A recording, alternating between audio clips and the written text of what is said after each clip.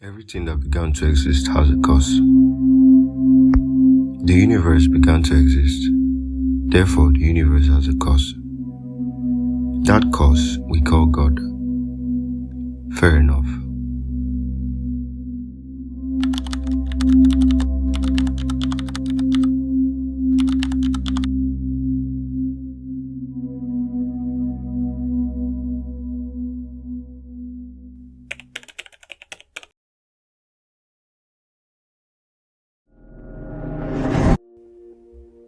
If you haven't wrestled with this question, you haven't thought about it long enough. Today we answer it, and the answer is stranger than you think.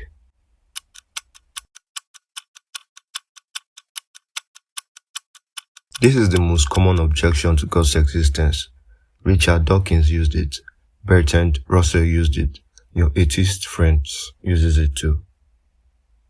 The logic seems bulletproof. If we say the universe needs a creator, because it couldn't pop into existence uncaused, then why does God get a free pass? If everything needs a cause, God needs a cause too. If God doesn't need a cause, then maybe the universe doesn't need a cause either. But that's only true if the question itself is valid. And to see why it isn't, we have to get clear on what we actually mean by God.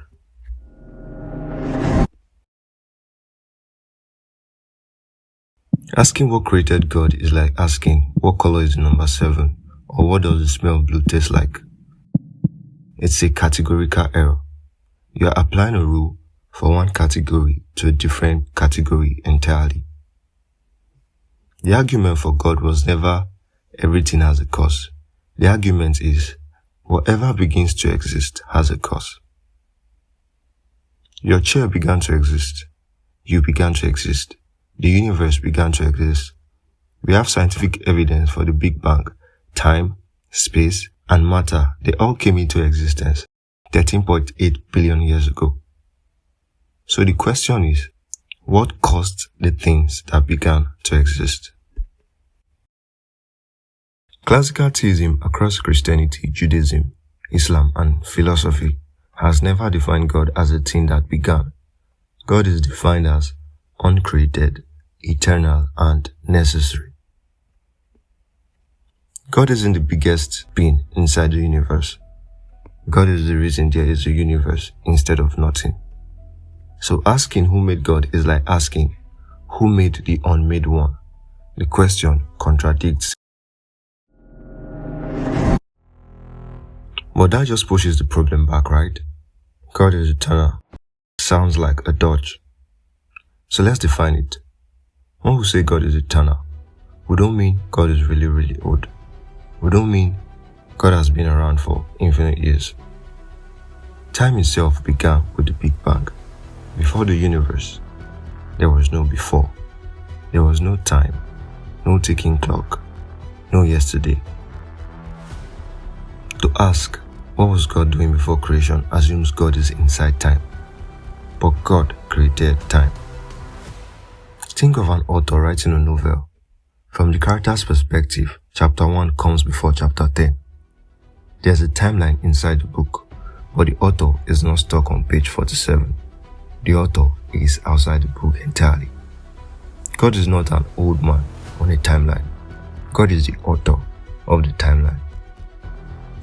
Something has to be eternal, either the universe or something beyond the universe. The evidence shows that the universe isn't eternal. It has a beginning, so whatever caused it must be timeless, spaceless, immaterial, and uncaused. That is what we mean when we say God.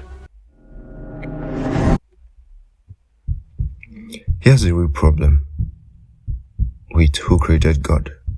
If you say God was created by super God, then I ask, who created super God? If you say super God, we go forever. That's called an infinite regress. And an infinite regress, of course, explains nothing. It's like saying a train is moving because the car in front of it is pulling it, and that car is pulled by the one in front of it, and that one is pulled by the one in front of it, and we go forever. If there's no engine, the train never moves. You need an unmoved mover, an uncaused cause, a necessary being that cannot exist. Either that necessary being is the universe itself, but physics says the universe is contingent and began to exist, or the necessary being is something beyond the universe. So the question isn't, why doesn't God have a cause? The question is, what kind of thing could exist without a cause? And the answer is, only something that is eternal, necessary, and outside of time. And that is what we mean when we say God. So, where did God come from? Nothing. Because God never came. God is. I am who I am. That was the name given to Moses, not I was, not I'll be. I am, present tense. Eternal, self-existent. The human mind struggles here because everything we know is contingent. We began, we depend, we change. We're trying to use tools built for inside the universe to measure what's outside it. It's like asking a fish to describe the desert. Does this prove God exists? No. But it shows the question, who created God, doesn't disprove him. It misunderstands him. Now I want your take. Does the idea of an uncaused eternal creator make sense to you? Or does it feel like a cop-out? Is God more reasonable than the universe is eternal? Or the universe came from nothing? Comment your framework below. I read everything, and if you want a follow-up video on could the universe be eternal, smash subscribe. See you in the next one.